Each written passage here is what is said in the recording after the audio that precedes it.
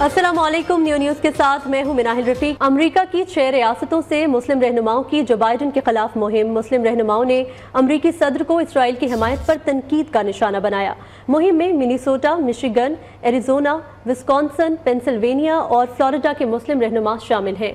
मुस्लिम अमरीकी रहनुमाओं ने जो बाइडन गजा में जंगबंदी का मुतालबा किया था। तज्जियाकार कहते हैं मुस्लिम रहनुमाओं की मुखालफत आइंदा साल सदारती इंतखाबात में अहम साबित हो सकती है।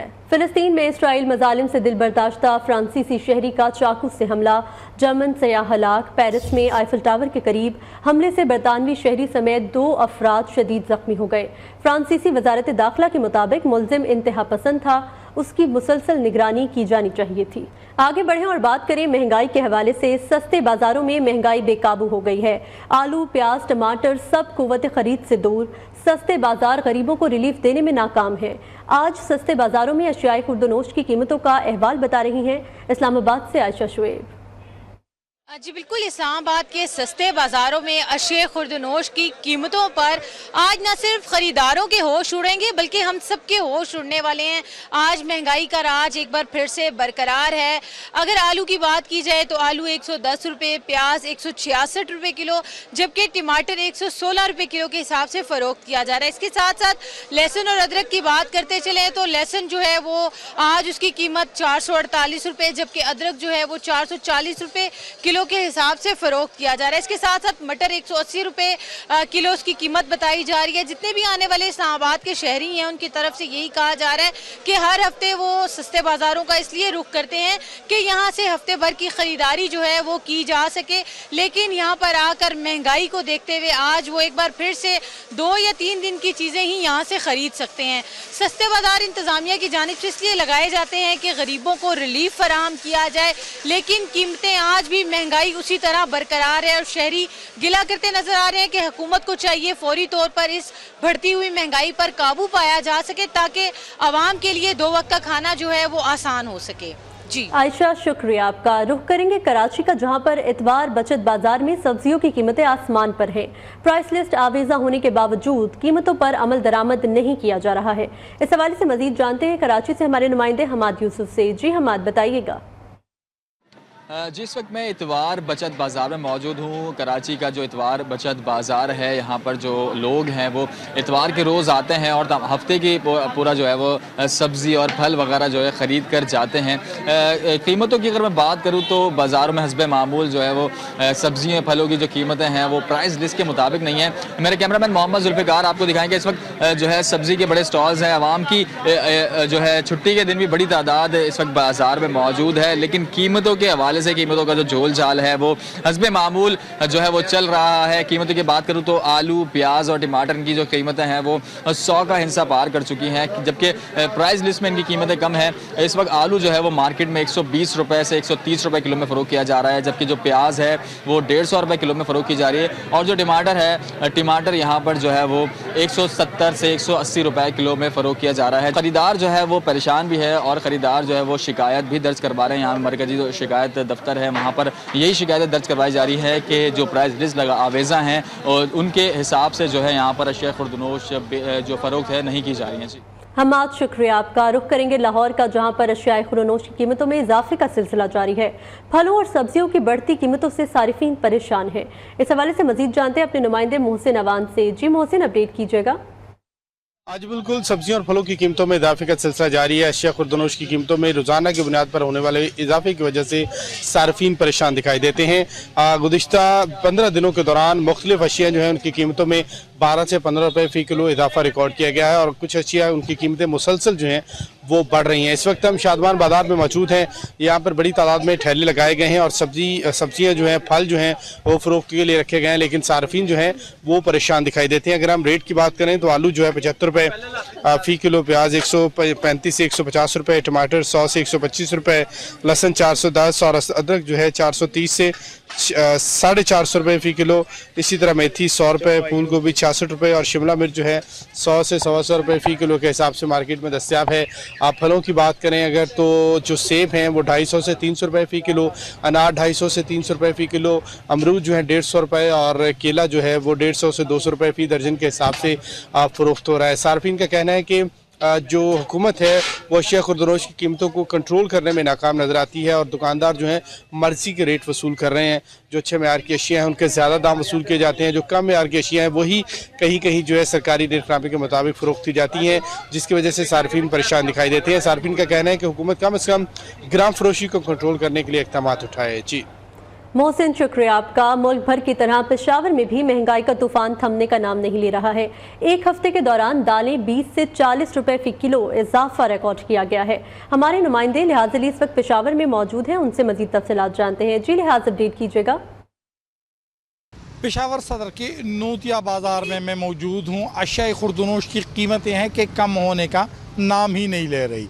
इस वक्त सब्जियां चूँकि पेशावर या गिरदनवा की मौसमी या इलाका ही नहीं है, जिसकी वजह से उन्हें अफ़गानिस्तान और दीगर इलाकों से लाना पड़ता है। इस वक्त आलू की जो फ़ी किलो कीमत है वो तकरीबन 100 से लेकर 140 रुपए तक है। टमाटर की कीमत जो है वो इस वक्त 150 रुपए के करीब है।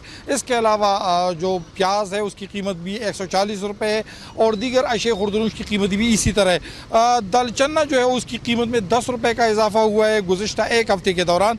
लुबिया की कीमत में तकरीबन 20 रुपये का इजाफा हुआ है। दालमाश की कीमत इस वक्त 540 रुपये और उसकी कीमत में तकरीबन 40 रुपये का इजाफा हुआ है। दालमोंग की कीमत इस वक्त 280 रुपये है, उसमें अगरचे कोई इजाफा नहीं हुआ है, लेकिन चावल की कीमत में तकरीबन 40 रुपये फ़ी किलो का इजाफा हुआ है। डिस्ट्रिक्ट एडमिनिस्ट्रेशन ने आज चिकन की कीमत जो है वो 370 रुपये मुकर्रर कर रखी है।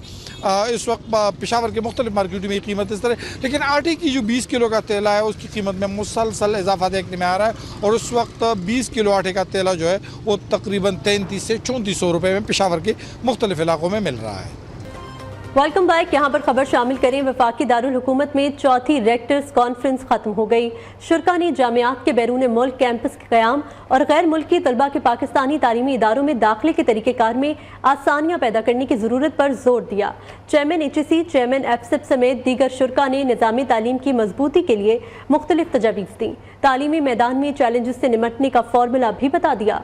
कॉन्फ्रेंस में निगरान वज़ीर तालीम ने खुसूसी तौर पर शिरकत की। तफसीलात इस रिपोर्ट में। मुल्क में तालीमी मयार की बेहतरी के लिए निजी जामियात का एक कदम आगे। मुज़ाकरे, सोच विचार, आगे बढ़ने की लगन। इस्लामाबाद में रेक्टर्स कॉन्फ्रेंस में शुरा ने तालीमी मयार की बेहतरी के लिए सर जोड़ लिए। जामियात के वाइस चांसलर्स और रेक्टर्स ने पैनल मुज़ाकरे के दौरान तालीम के फरोग में हायल रुकावटों पर बातचीत की। चैलेंजेस से निमटने के लिए मिलकर काम करने की जरूरत पर जोर दिया। निगरान वफाकी वज़ीर तालीम मदद अली सिंधी ने कहा, प्राइवेट यूनिवर्सिटीज अच्छा काम कर रही हैं। हम मुख्तसिर वक्त के लिए आए हैं, फिर भी चाहता हूँ अच्छी बुनियाद डालकर जाएं। हमारा जहाँ तक ताल्लुक है, मैं प्राइवेट यूनिवर्सिटीज की बात फकत ये आपको रिक्वेस्ट करता हूँ कि मयार तालीम दुरुस्त हो। मैं HEC को हिदायत करूँगा, लेकिन एजुकेशन डिपार्टमेंट की तरफ से हम 3 दिन का एक्सपो करेंगे, उसमें प्राइवेट और सरकारी यूनिवर्सिटीज को भी दावत देंगे और मैं वहाँ आपके मसाइल भी सुनूंगा। Chairman HEC doctor Mukhtar Ahmed ने कहा, आला तालीम के लिए सबको अपना किरदार अदा करना होगा। एफसेप के जेर एहतमाम कॉन्फ्रेंस तालीमी इदारों को करीब लाने की एक कड़ी है। प्रोफेसर डॉक्टर चौधरी अब्दुल रहमान की काविशें काबिल सताइश हैं। I think this event is very important. I must congratulate Speed University and EFSEP that you are initiating these things, and I would request my public sector and private sector, both universities, leadership, let's work together, and this is a way forward. This is going to help not only Pakistan, this is also going to help OIC countries. Conference से खिताब में professor doctor Chaudhary Abdul Rahman ने पाकिस्तान के मफाद को तरजीह देने की जरूरत पर जोर दिया। इन्होंने कहा, बच्चों का मुस्तकबिल अमानत है। रेक्टर कॉन्फ्रेंस का बुनियादी मकसद ये है कि हम बाहर से तो बाद में सीखें, पहले आपस में तो एक दूसरे से सीख लें। मेरे बच्चों के करियर आपके पास इमानत नहीं है। हम अपने स्टूडेंट्स के साथ क्यों फाइट नहीं कर सकते? क्यों उन्हें वो स्किल्स नहीं सिखा सकते जो ग्लोबली रेलेवेंट हो? अब सब ने अपने एक्सपीरियंसेस शेयर करने और दूसरों ने सीखने। Chairman HEC Punjab doctor Shahid Munir ने कहा, 2050 की दुनिया एक डिजिटल दुनिया होगी। हमें ऐसी रिसर्च पर तवज्जो देनी चाहिए। वर्ल्ड इकोनॉमिक फोरम ने डिफरेंट रिपोर्ट्स जारी की, 2-3 सिनेरियोज उन्होंने डेवलप किए हैं कि दुनिया 2050 में कैसी होगी, और वो सभी इस बात पे मुत्तफिक हैं कि 2050 की दुनिया एक डिजिटल दुनिया होगी। वज़ीर आज़म के मुआवन खुसूसी वसी शाह ने कहा, सख्त रेगुलेटरी सिस्टम के अंदर रहते हुए अगर जामियात खुद को मजबूत करेंगी तो ही आगे बढ़ सकती हैं। जिस काम को हमें 70-75 वर्ष पहले कर लेना चाहिए था, आज हम उस काम की बुनियाद डाल रहे हैं। तो हमें खुद ही अंदाजा हो जाना चाहिए कि मुख्तलिफ मामलात में हम कितना पीछे हैं। Director superior university professor doctor Sumera Rehman ने फरोगे तालीम के लिए अपने विजन से आगाह किया, चैलेंजेस और इनके हल के लिए खुलकर बात की। These are the few initiatives we have taken at Superior University, and on this platform today, I would like to open all these initiatives to everyone.